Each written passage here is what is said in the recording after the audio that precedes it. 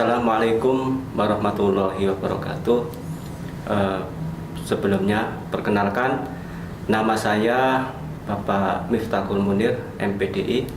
Saya sebagai Ketua STIT di PGRI Pasuruan dan mengampu mata kuliah Pendidikan Agama Islam. Untuk hari ini saya akan membawakan materi terkait pengembangan karakter mahasiswa sebagai intelektual dan anti kekerasan. Perlu kita ketahui yang pertama yakni terkait dengan pengertian pendidikan karakter. Jadi pendidikan karakter itu adalah merupakan pendidikan nilai, pendidikan budi pekerti, pendidikan moral, pendidikan watak yang bertujuan mengembangkan kemampuan peserta didik untuk memberikan keputusan baik buruk, memelihara apa yang baik, mewujudkan dan menebarkan kebaikan itu dalam kehidupan sehari-hari dengan sepenuh hati. Dan kita harus memahami terkait dengan apa sih tujuan pendidikan karakter. Jadi pendidikan karakter bertujuan mengembangkan nilai-nilai yang membentuk karakter bangsa yang Pancasila, yaitu ada 3, meliputi yang pertama, mengembangkan potensi peserta didik agar menjadi manusia berhati baik, berpikiran baik, dan berperilaku baik. Dan yang kedua, yaitu membangun bangsa yang berkarakter Pancasila. Terus yang ketiga, yaitu mengembangkan potensi warga negara agar memiliki sikap percaya diri, bangga pada bangsa dan negaranya, serta mencintai umat manusia. Jadi pendidikan karakter itu pada intinya bertujuan membentuk bangsa yang tangguh, kompetitif, berakhlak mulia. Nah, akhlak mulia itu sangat penting sekali dalam kehidupan kita itu sebagai manusia, sebagai hamba Allah itu. Dan bermoral, bertoleran, bergotong royong, berjiwa patriotik, berkembang dinamis, berorientasi ilmu pengetahuan dan teknologi, yang semuanya dijiwai oleh iman dan takwa kepada Tuhan Yang Maha Esa berdasarkan Pancasila. Nah, itu adalah tujuan dari pendidikan karakter. Nah, setelah kita memahami terkait dengan tujuan pendidikan karakter, kita juga akan harus mengetahui terkait dengan apa sih fungsi pendidikan karakter. Jadi fungsi pendidikan karakter ini ada 5 item.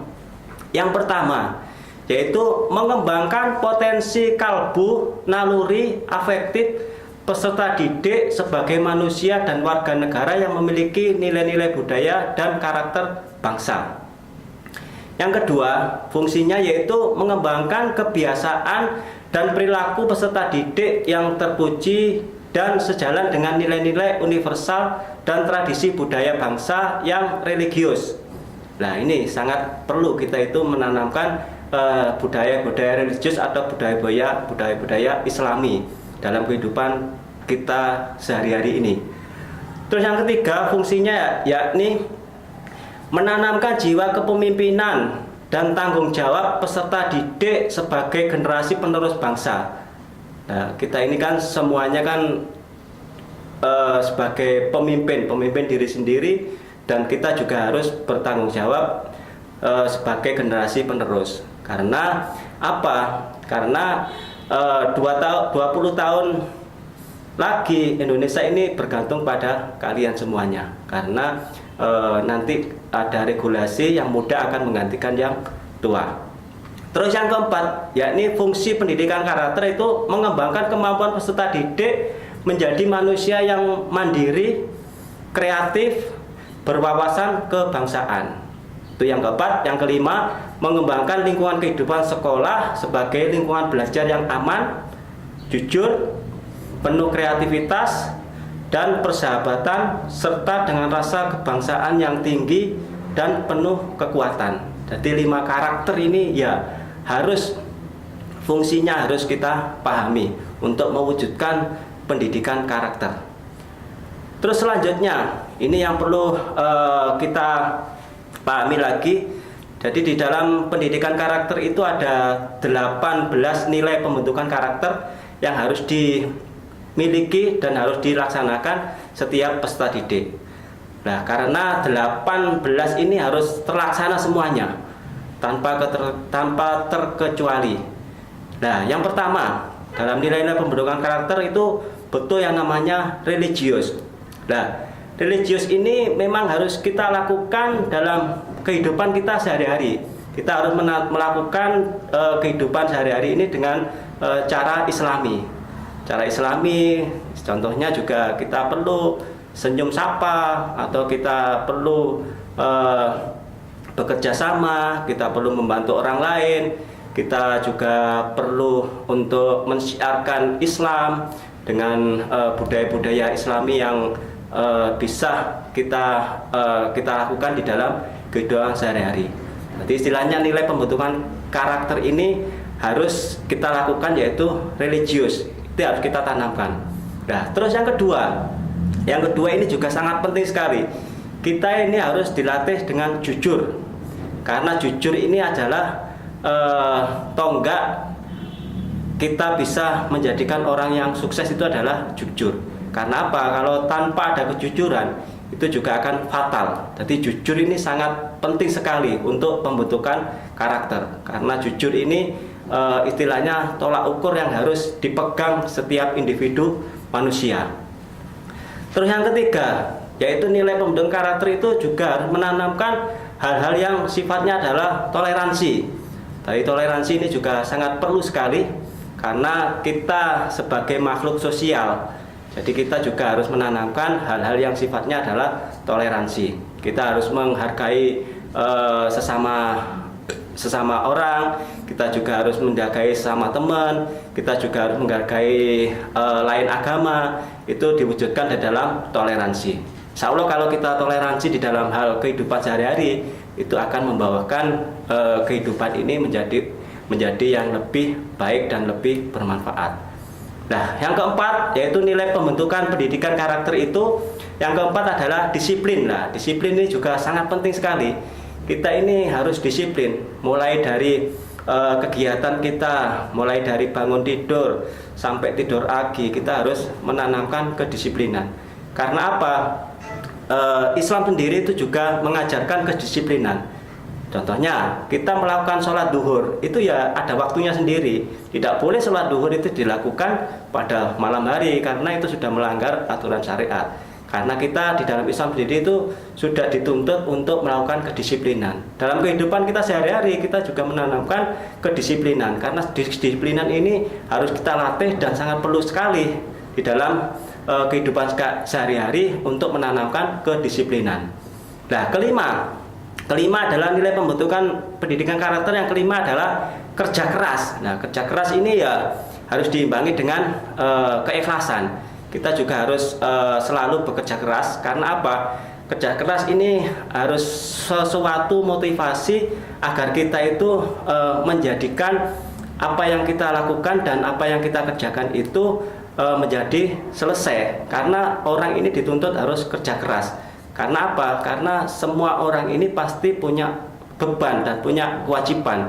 Dan kewajiban itu harus dilaksanakan dan dikerjakan dengan sesungguh-sungguhnya. Oleh sebab itu kerja keras ini perlu kita tanamkan di dalam kehidupan kita sehari-hari untuk mewujudkan pembentukan pendidikan karakter.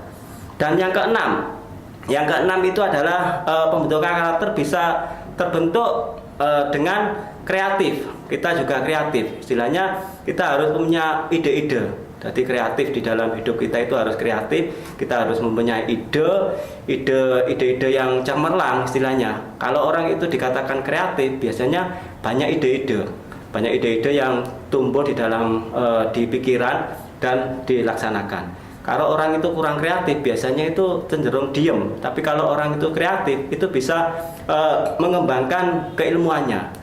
Oleh sebab itu di dalam pembentukan karakter ini perlu yang namanya kreatif. Karena apa? Karena di dalam kehidupan kita itu perlu kita mengembangkan diri, perlu mengembangkan pikiran, dan perlu mengembangkan cita-cita kita. Terus yang ketujuh, nah yang ketujuh ini dalam pembentukan karakter itu perlu mandiri. Jadi kita mandiri di dalam semua hal itu juga kita harus lakukan dengan cara mandiri. Ya kita ibaratkan, contohkan pada waktu kita dapat tugas kuliah yang diberikan pada dosen ke kita. Nah kita kan juga dituntut mandiri. Dituntut mandiri dalam artian kita harus mengerjakan sendiri. Contohnya kayak biasanya di perkuliahan itu ada tugas akhir. Lah tugas akhir itu kan namanya skripsi. Lah itu kan juga harus kita kerjakan secara mandiri. Kita juga harus mempunyai jiwa mandiri.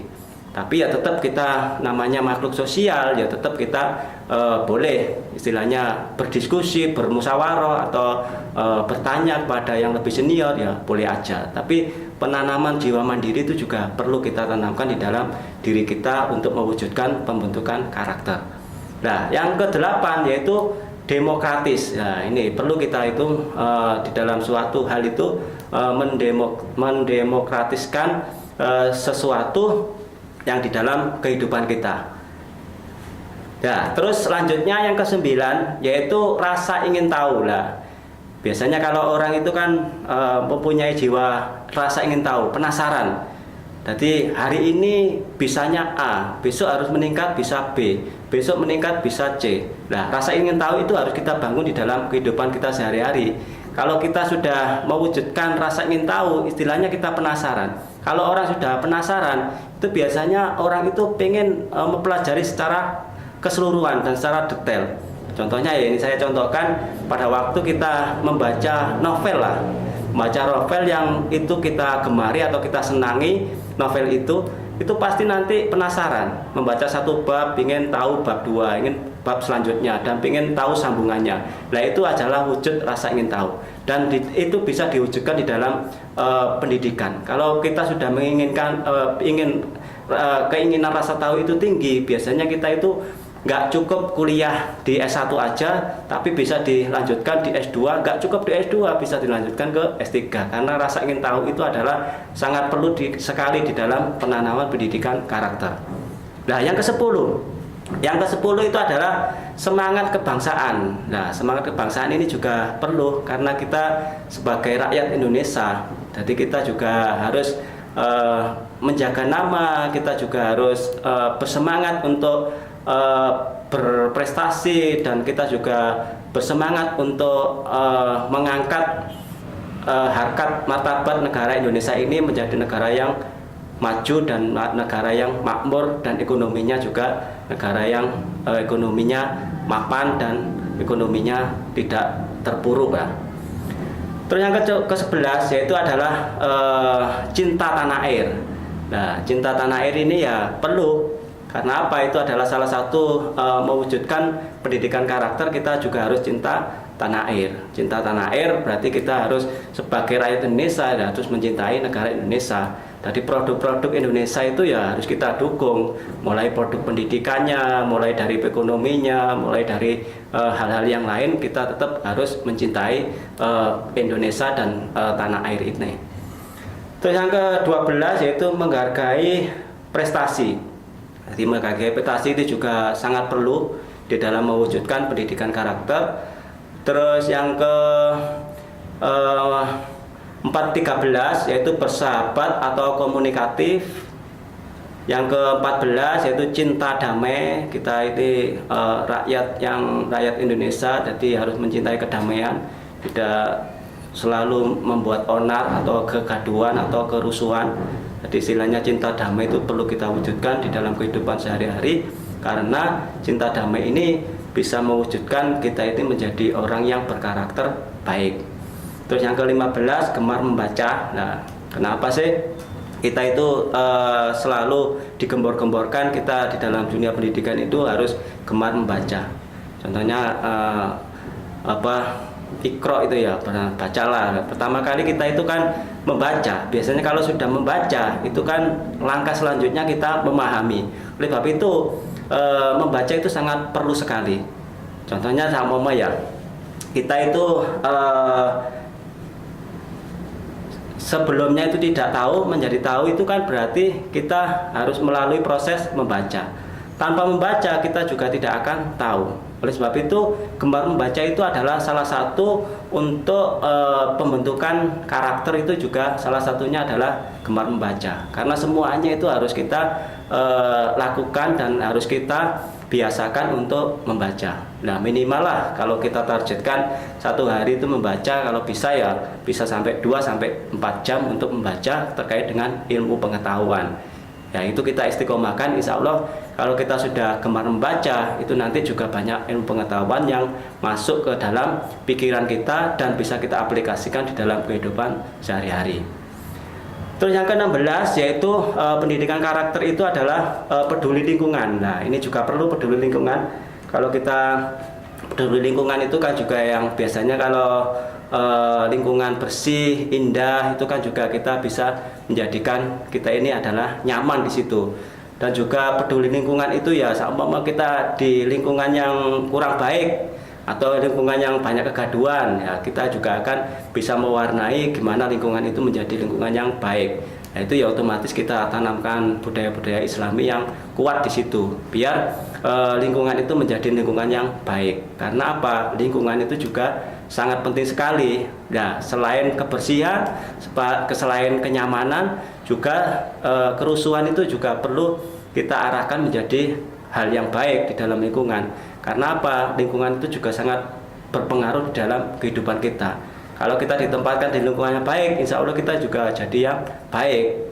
Terus yang ke-17 yaitu pembentukannya melalui peduli sosial. Nah, peduli sosial ini ya juga kita perlu.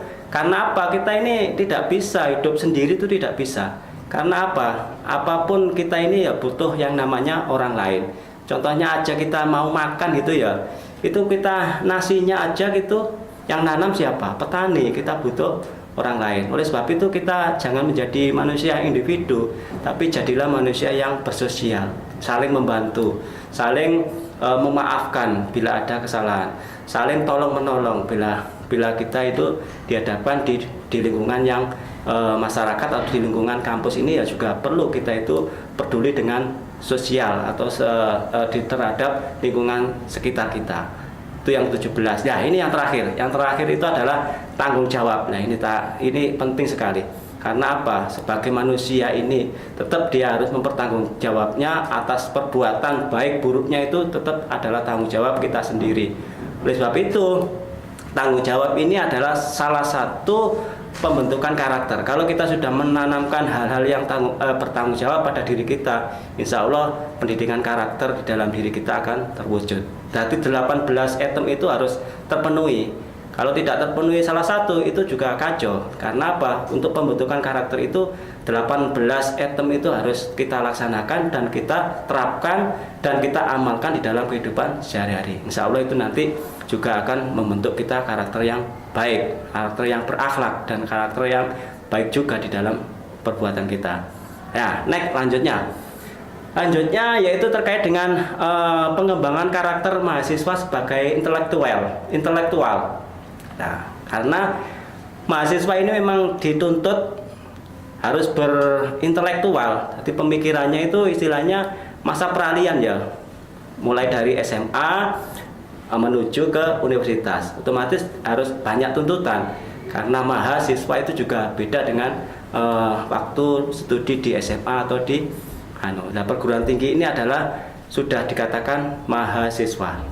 Nah, salah satu pengembangan karakter mahasiswa sebagai intelektual ini, yang pertama yaitu mewujudkan Tridharma perguruan tinggi. Apa sih Tridharma perguruan tinggi? Dari Tri itu kan 3. Nah, berarti 3 hal ini harus kita wujudkan. Yang pertama yaitu pengajaran. Nah, pengajaran ini adalah salah satu adalah Tridharma perguruan tinggi. Jadi dalam hal pengajaran ini harus kita lakukan. Karena tugas seorang mahasiswa pun juga harus melakukan pengajaran. Jadi istilahnya memang ada di perguruan tinggi ada dosen dan mahasiswa. Dan antara dosen dan mahasiswa ini harus melakukan sebuah pengajaran. Harus ada transfer keilmuan. Nah, pengajaran itu harus kita lakukan di dalam pembentukan intelektual. Terus yang kedua yaitu penelitian. Nah, penelitian ini harus kita lakukan. Karena apa? Seorang mahasiswa pun juga dituntut untuk bisa melakukan penelitian. Apapun bentuknya, apapun tugasnya, itu juga seorang mahasiswa juga dituntut harus bisa melakukan penelitian di dalam peningkatan intelektual. Itu yang kedua, penelitian ini harus kita lakukan meskipun itu sebagai mahasiswa, bahkan kalau dosen itu sudah suatu kewajiban melakukan penelitian itu. Terus yang ketiga yaitu pengabdian masyarakat. Nah, apa sih pengabdian masyarakat itu? Kita harus mengabdi di masyarakat, entah itu bentuknya apa. Karena apa? Karena kita hidup ini juga akan kembali ke masyarakat. Jadi apapun yang kita lakukan untuk mewujudkan keintelektualan, kita harus abdikan diri kita ke pengabdian di dalam masyarakat. Entah itu wujudnya apa, juga banyak sekali. Bisa aja pengabdian masyarakat itu kita lakukan, kita aktif di dalam kehidupan masyarakat seperti jamiah tibaiyah, itu yang istilahnya itu juga di masyarakat ini sudah digaungkan setiap malam Jumat biasanya, dan kegiatan-kegiatan yang ada di masyarakat kita tetap harus mengabdi dan memberikan masukan terhadap masyarakat terkait dengan kegiatan-kegiatan yang ada di masyarakat. Terus berikutnya yaitu pengembangan karakter mahasiswa sebagai intelektual itu juga bisa kita lakukan dengan budaya organisasi atau budaya kehidupan kampus. Nah, sebagai mahasiswa otomatis bisa terbagi menjadi 3 hal ya. Yang pertama, dia pasti ada di lingkungan kampus, entah itu 8 jam atau sepertiga hidupnya itu tetap dia di dalam kehidupan kampus. Terus juga dia di masyarakat. Yang jelas kalau di kampus kan ya nggak mungkin 24 jam di kampus, tapi yang jelas dia juga harus membudayakan kehidupan di kampus dan juga membudayakan kehidupan di masyarakat dan juga di keluarga. Jadi 3 hal lingkungan ini pasti akan dialami seorang mahasiswa itu di dalam budaya kesehariannya, termasuk budaya kehidupan di kampus. Nah, budaya kehidupan di kampus itu silakan ditanamkan hal-hal yang sifatnya adalah islami. Jadi istilahnya kita menolong orang, menolong temannya, itu ya juga bagian dari budaya islami. Budaya yang membiasakan budaya senyum itu juga salah satu budaya islami. Jadi dalam budaya kehidupan kampus perlu kita tanamkan seperti itu. Atau budaya-budaya yang sering saya ketahui itu pada waktu di kampus dulu, pada saya waktu kuliah di kampus itu, kita pada waktu jam istirahat kita gunakan jam istirahat itu untuk diskusi dengan temannya, entah itu cuma 5 orang atau 6 orang, yang itu nanti ada topik yang kita bahas. Jadi kita tidak membicarakan yang hal tidak manfaat, tapi kita membicarakan hal manfaat di dalam kesehariannya di kampus itu, karena itu sangat perlu. Karena itu adalah pengembangan karakter mahasiswa sebagai intelektual. Itu kita dalam kehidupan di kampus ini ya kita biasakan dengan hal-hal yang baik. Kita manfaatkan waktu ini semanfaat-manfaatnya. Karena apa? Waktu ini bagikan uang.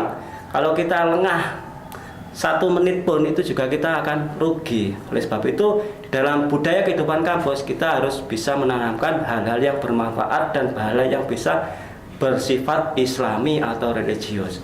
Terus yang ketiga yaitu terkait dengan kegiatan kemahasiswaan. Nah, ini terkait dengan kegiatan mahasiswaan, saya pikir kalau di kampus Uniwara ini ya dan STI PGRI Pasuruan ini kegiatan kemahasiswaan itu sangat banyak sekali di sini. Contohnya ya, kalau di Uniwara ini mesti ada himpunan mahasiswa HMPS, himpunan mahasiswa program studi, entah itu program studi PAI atau program studi matematika atau program studi bahasa Indonesia atau bahasa Inggris, itu pasti ada kegiatan kemahasiswaan. Dan kegiatan kemahasiswaan itu pasti mempunyai program kerja. Nah, program kerja ini juga sangat banyak sekali, itu harus kita lakukan. Nah, itu untuk mewujudkan keintelektualan itu seorang mahasiswa itu juga harus aktif di dalam kegiatan kemahasiswaan.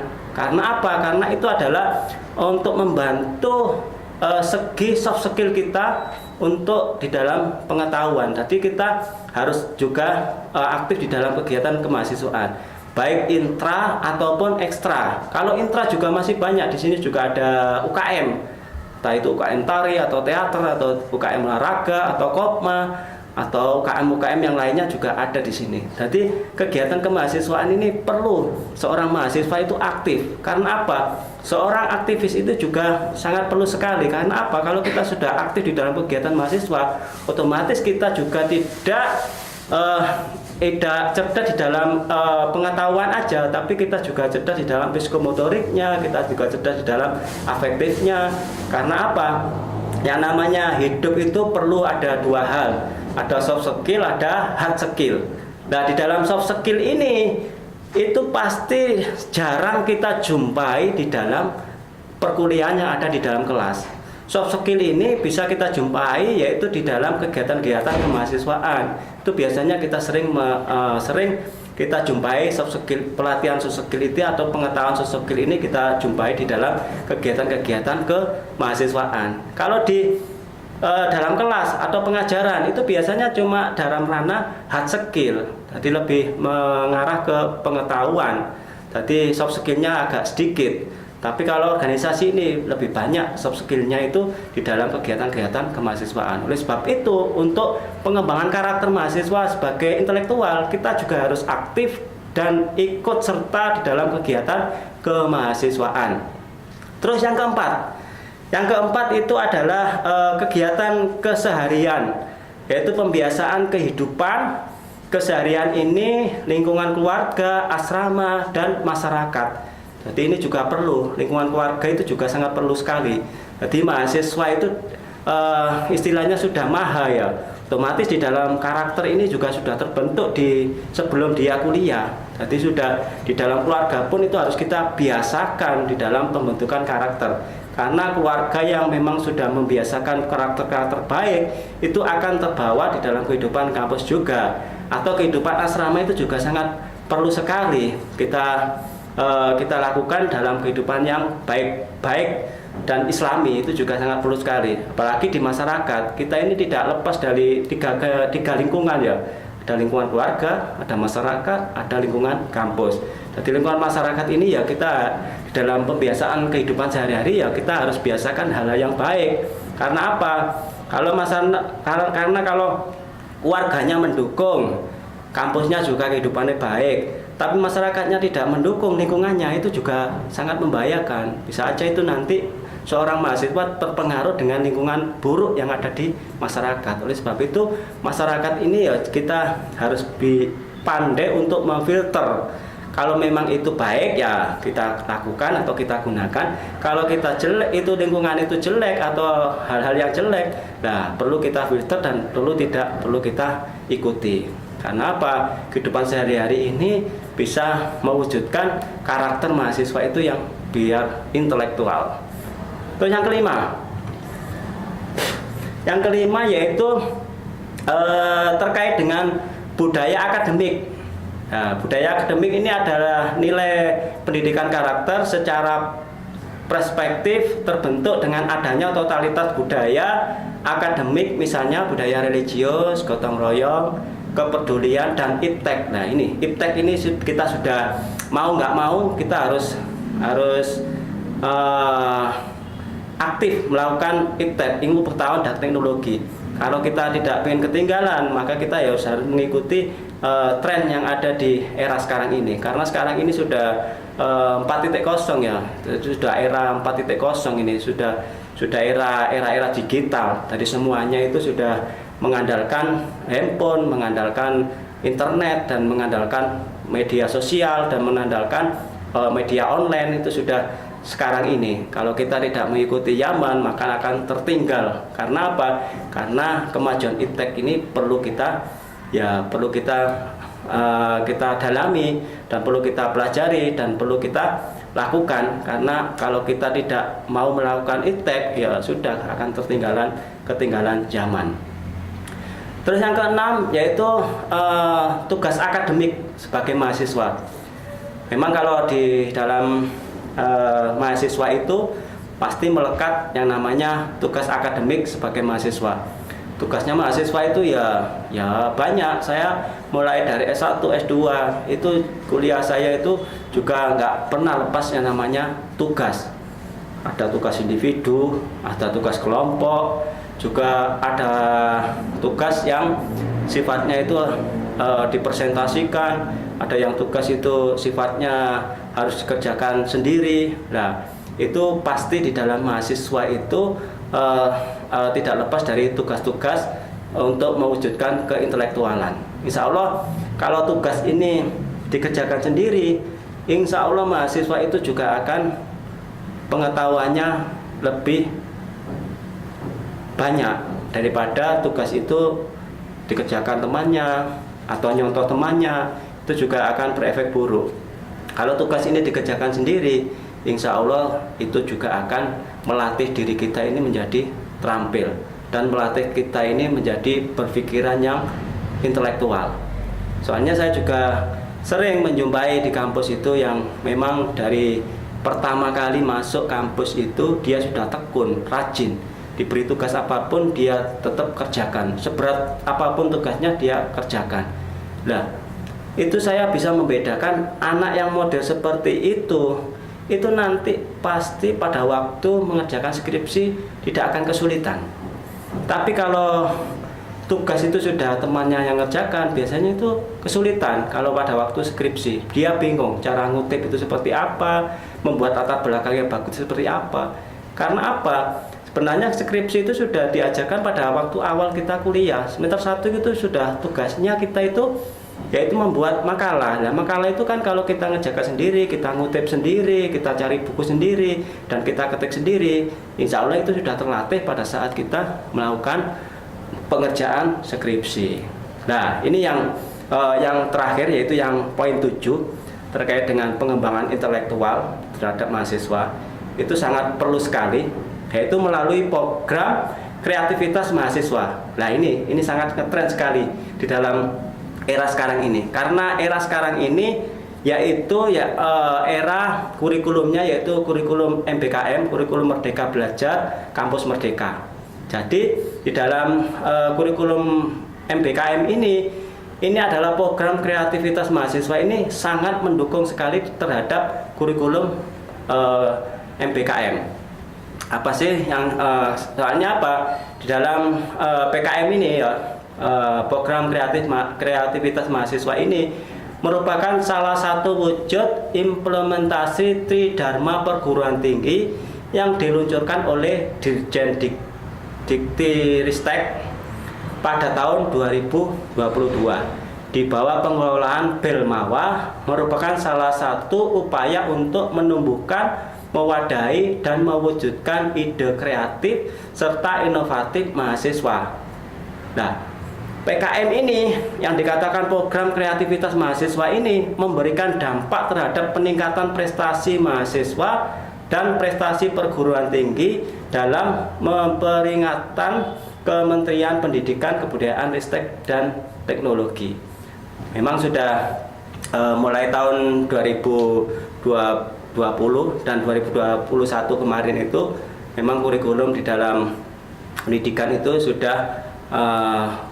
sudah menanamkan kurikulum MBKM, kurikulum Merdeka Belajar Kampus Merdeka. Jadi di dalam kurikulum yang ada di perguruan tinggi itu kan ada 8 semester. Nah, 8 semester itu nanti ada 1 semester itu boleh lintas prodi, tapi masih dalam naungan satu kampus. Boleh lintas prodi tapi dalam naungan satu kampus, itu 1 semester. Dan juga nanti ada 2 semester itu nanti boleh lintas perguruan tinggi, boleh di perguruan tinggi lain. Contohnya sama kuliah di Uniwara. Nah, MBKM-nya ini boleh nanti 2 semester ini program di luar Uniwara, di kampus luar. Entah itu nanti pemrogramannya itu bisa melalui pertukaran pelajar. Jadi nanti yang di kampus lain itu masuk ke Uniwara keluar ke sana yang namanya pertukar ya, berarti kan bertukar. Mahasiswa sana ke sini, mahasiswa sini ke sana, pertukaran pelajar. Atau bisa magang. Magang itu ya bisa aja magang itu nanti kalau memang jurusannya PAI atau jurusannya pendidikan, magangnya itu di dunia pendidikan, ya bisa aja. Terus juga bisa aja magang itu nanti dilakukan di dunia industri, atau magang itu bisa dilakukan di dunia kewirausahaan. Nah, terus juga selain pertukaran pelajar, selain magang, juga ada proyek desa. Di proyek desa, jadi istilahnya nanti mahasiswa itu boleh. Jadi nanti kita di dalam kurikulum Merdeka Belajar ini boleh kita itu bebas di dalam 2 semester itu memogram mata kuliah itu, entah itu pertukaran pelajar atau itu terkait dengan magang atau proyek desa atau lainnya. Pokoknya ada 8 item yang boleh mahasiswa itu bebas untuk memilihnya.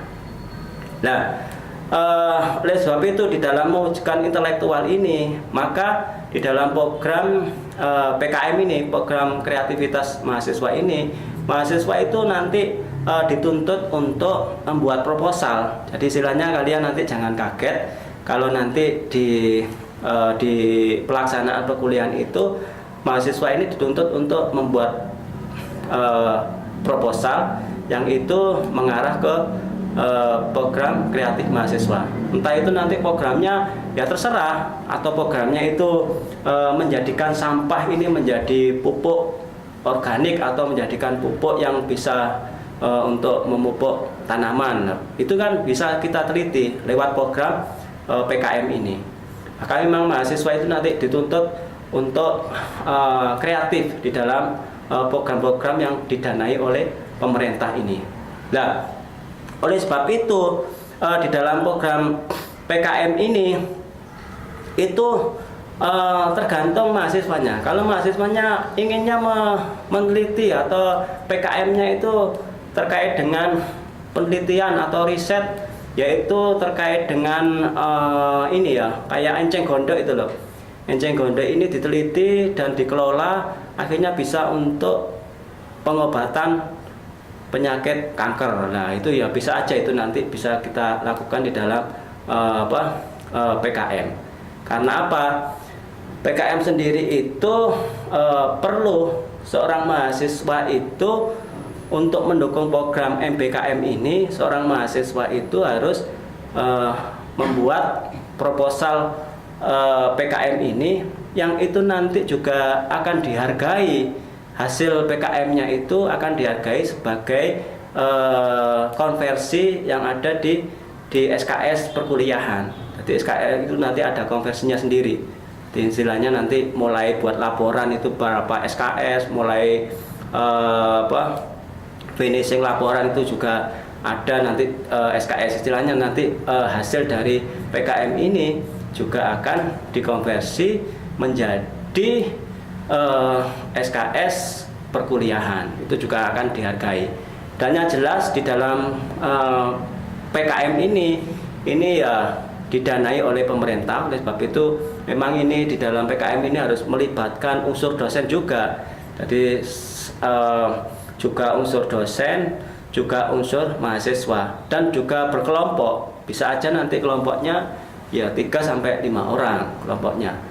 Nah, oleh sebab itu di dalam PKM ini ya, di dalam ini ada Mendikbud-Ristek juga telah mengeluarkan Permendikbud nomor 754/P/2020 tentang 8 indikator kinerja utama atau IKU yang menjadi landasan transformasi pendidikan tinggi di Indonesia. Ada 8 IKU.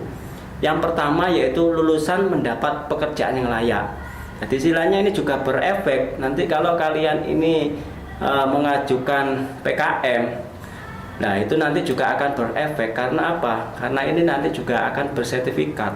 Jadi nanti lulusan ini mendapat pekerjaan layak. Nanti kalau kita kreatif melakukan PKM ini, oleh sebab itu kita harus persiapkan mulai dari mahasiswa baru ini untuk selalu dan untuk bisa melakukan PKM atau program kreatif aktivitas mahasiswa ini juga perlu.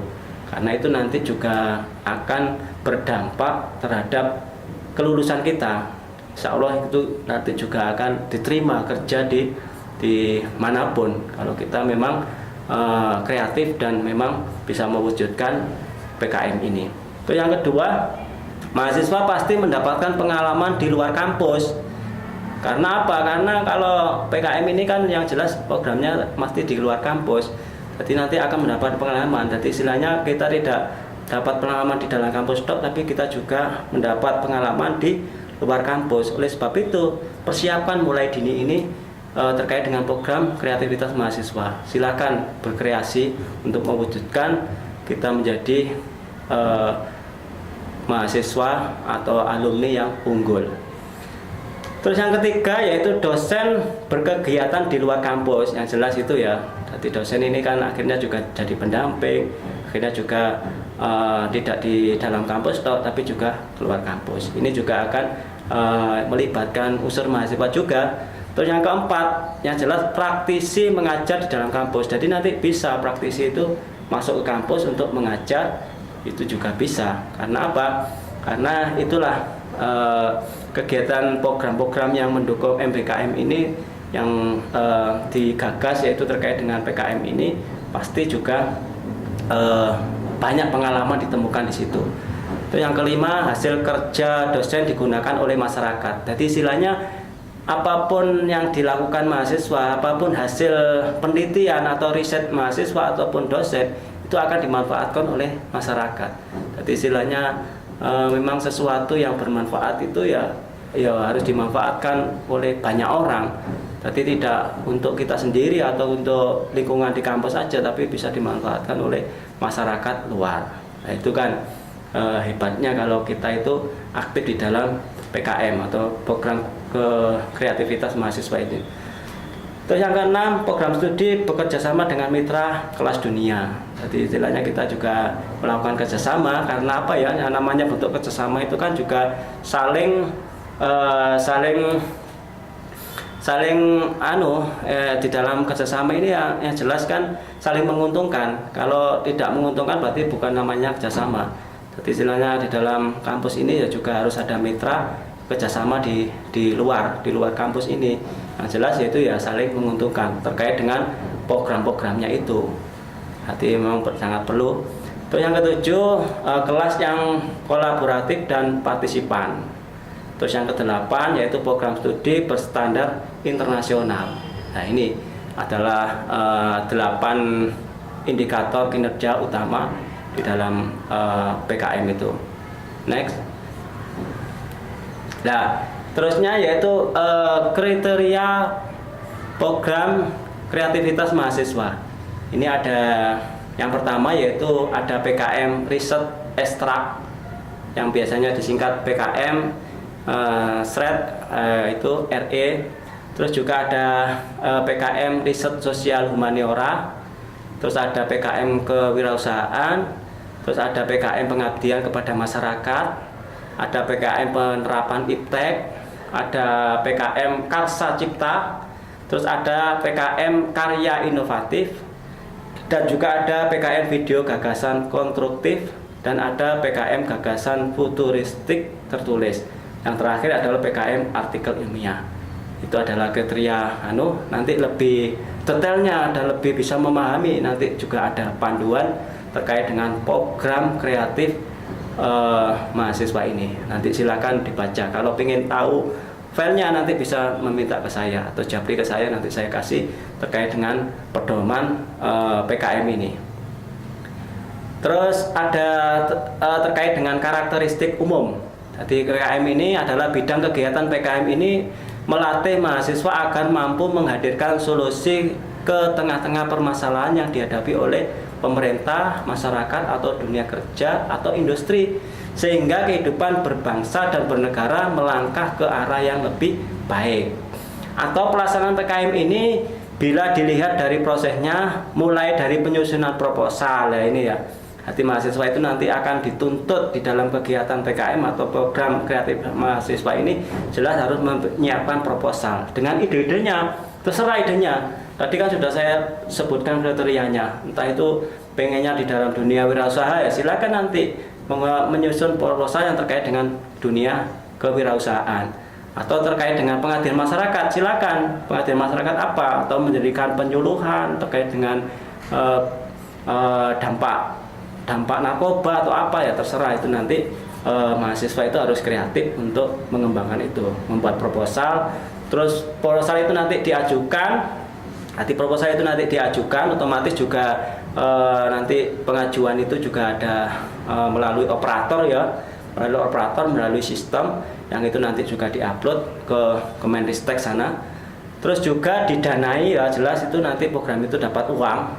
Oleh sebab itu kita sudah dapat ilmu juga didanai lah, enak kan? Berarti enak, memang program ini harus, PKM ini harus kita gencarkan, dan harus seorang mahasiswa kreatif di dalam pengembangan program kreativitas mahasiswa ini. Terus pelaksanaan program, terus laporan kemajuannya dinilai melalui penilai kemajuan pelaksanaan PKM, terus penyusunan laporan akhir sampai dengan PIMNAS. Nah, ini laporan akhir juga harus disusun. Nah, itu lanjutnya itu yang terkait dengan pengembangan karakter mahasiswa sebagai intelektual. Kalau yang berikutnya ini adalah pengembangan karakter mahasiswa sebagai anti kekerasan. Nah, ini anti kekerasan ini kan nggak boleh, anti kekerasan ini. Jadi istilahnya kita itu harus tidak boleh kita radikal, itu nggak boleh, karena apa, di dalam Islam itu tidak memperbolehkan kita itu radikal, itu nggak boleh, ekstrim itu nggak boleh.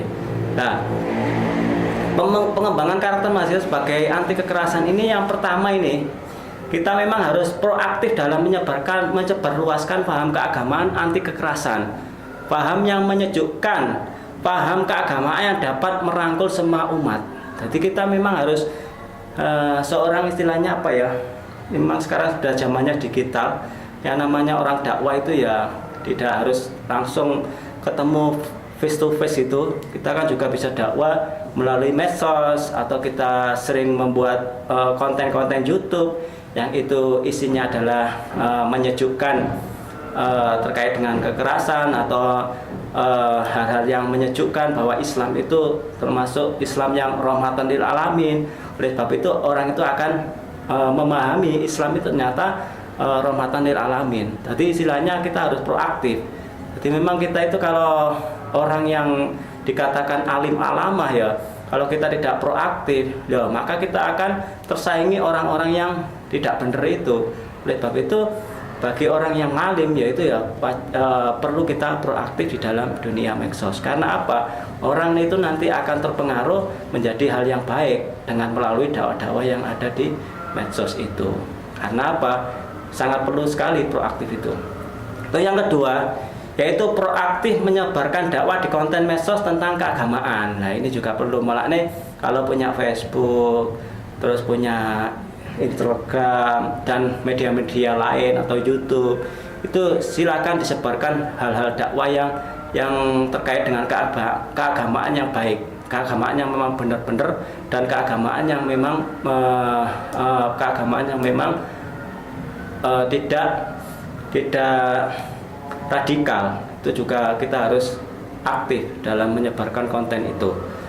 Dan yang ketiga, yaitu kita bareng-bareng mampu tampil menjadi aktor.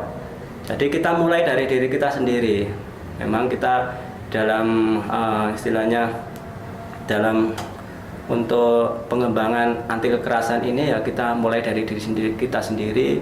Kita mengajak teman kita yang dekat, yang jauh, itu menjadikan kita orang yang benar-benar bisa menjadi aktor, menjadi pengaruh yang baik, biar kita tidak terjerumus dalam hal kekerasan atau radikal ini. Terus yang berikutnya yaitu adalah toleransi beragama. Nah, ini maka kita harus menghormati sesama agama lain, ya harus kita hormati. Karena apa? Toleransi antar beragama ini juga sangat perlu sekali. Kita itu sebagai makhluk sosial ini ya memang harus menciptakan kerukunan hidup, bukan permusuhan, tapi kerukunan hidup itu harus kita ciptakan. Maka toleransi beragama itu juga sangat perlu sekali dalam kehidupan kita. Terus yang kelima yaitu hedoisme atau instan. Nah, hedoisme itu juga perlu. Jadi kita kalau instan itu ya, saya ibaratkan kita itu memang mencari ilmu itu ya harus bersusah payah. Jadi tidak instan, nggak terus ujuk-ujuk gitu. Jadi kita harus melalui proses yang panjang. Yang namanya orang mencari ilmu itu kan ya juga harus berakit-rakit ke hulu kan, bersusah-susah dulu, gak terus moro-moro instan. Nah, contohnya hedoisme atau instan ini juga pada waktu kita lakukan di dalam dunia perkuliahan ini.